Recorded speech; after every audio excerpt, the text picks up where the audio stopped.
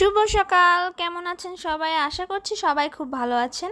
আমিও ভালো আছি। তো প্রতিদিনের মতো আজকে আমি নতুন একটি ব্লগ নিয়ে আপনাদের সামনে চলে এসেছি। তো আজকে আমার দুন্দুল পাতার ভর্তা খেতে খুবই ইচ্ছা করছিল। দুন্দুল পাতার ভর্তা খুবই ভালো লাগে। আপনারা কে কে খেয়েছেন জানি না, কিন্তু আমার তো খুবই ভালো লাগে। তো আমি কিছু না ভেবে চলে গেলাম আমাদের বাড়ির পিছনে। এরকম দুন্দুল গাছ আছে, তো ভাবলাম সেখান থেকে কয়েকটা দুন্দুল পাতা ছিঁড়ে নিয়ে আসি। তো আমি চলে গেলাম সেখানে দুন্দুল পাতা ছিঁড়তে। তো এই যে দুন্দুল পাতাগুলো আসলে যেগুলো একদম কচি কচি, দেখবেন একদম আগার সামনে যে কচি কচিগুলো পাতা থাকে ছোট ছোট, সেগুলো দিয়ে আসলে ভর্তা বানানো হয়। সেগুলো দিয়ে ভর্তা বানালে খুবই টেস্ট হয়। আর যেগুলো একটু পাতা বুড়ো হয়ে গেছে, এই যে বড় বড় পাতাগুলো যে কাঁটাযুক্ত লাগে, সেগুলো দিয়ে ভর্তা বানানো হয় না। তো এই তো আমি বাসায় পাতাগুলো নিয়ে এসেছি। আমি একটা পাত্রে পাতাগুলো রেখে দিলাম। এরপরে আমি এগুলো ভালোভাবে ধুয়ে নিচ্ছি। খুব ভালোভাবে ধুয়ে নিতে হবে, কারণ বাহিরে ছিল তো তো বালিও থাকতে পারে।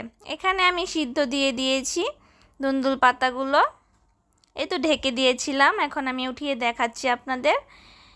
এখানে সাথে দিয়েছি কিছু পেঁয়াজ আর রসুন আর শুকনো মরিচ। একসাথে আমি এগুলো সিদ্ধ করে নিচ্ছি।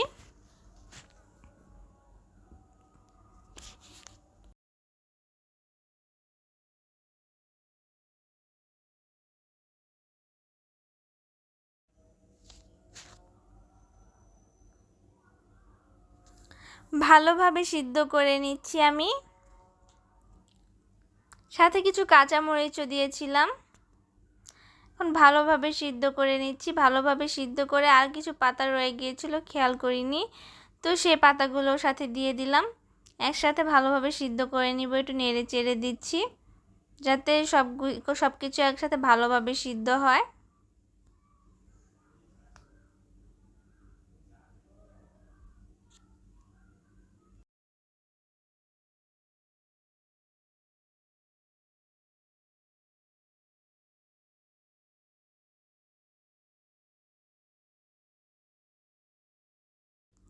এরপর আবার ঢেকে দিয়েছি, কিছুক্ষণ আরও সিদ্ধ করে নিব। এই দিকে সিদ্ধ করা শেষ হয়ে গেছে। এখন আমি পাটার মধ্যে নিয়ে নিয়েছি। এইগুলো সব একসাথে মিক্স করে বেটে নিব। তো এইদিকে আমার বাটার বাটিও শেষ। তো কড়াই বসিয়ে দিয়েছি, মাছ রান্না করব। ইলিশ মাছ ভেজে নিয়েছি, তাই এখানে পেঁপে, আলু, বেগুন সব একসাথে কেটে নিয়েছি। এইগুলো সব একসাথে ভেজে নেব। ভালোভাবে ভেজে নিতে হবে। আমি এখানে কিছু ফোড়ন দিইনি, যেহেতু ইলিশ মাছ দিয়ে রান্না করব, এই জন্য আমি কিছু ফোড়ন দিইনি। এই তো এখানে যে আমার ইলিশ মাছ ভাজা, আসলে ইলিশ মাছ সব খাওয়া শেষ হয়ে গিয়েছে, নিচে একটুখানি ছিল, সেগুলো ভাবলাম আজকে রান্না করে নিই। এইদিকে এই যে আমার দুন্দুল পাতা ভর্তাগুলো কেমন হয়েছে জানাবেন। আর এখানে আমার মাছ রান্নাও শেষ হয়ে গিয়েছে।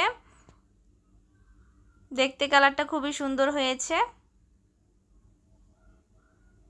এদিকে আজকে ডালও রান্না করেছি সাথে। আমার আসলে দুন্দুল পাতার ভর্তা থেকে চোখে ফিরছে না। এইদিকে আবার রান্না করছি একটা নিরামিষের মতো সবজি আর কি। সেই সবজির সাথে চিংড়ি দিয়ে রান্না করেছি। আর এইদিকে আবার রাতের বেলা আমি হঠাৎ রুটি দিয়ে চিকেন খেতে ইচ্ছা করছিল, তো আমি কিছু না ভেবে ফ্রিজ থেকে চিকেন নামিয়ে রান্না করে খেয়েছিলাম।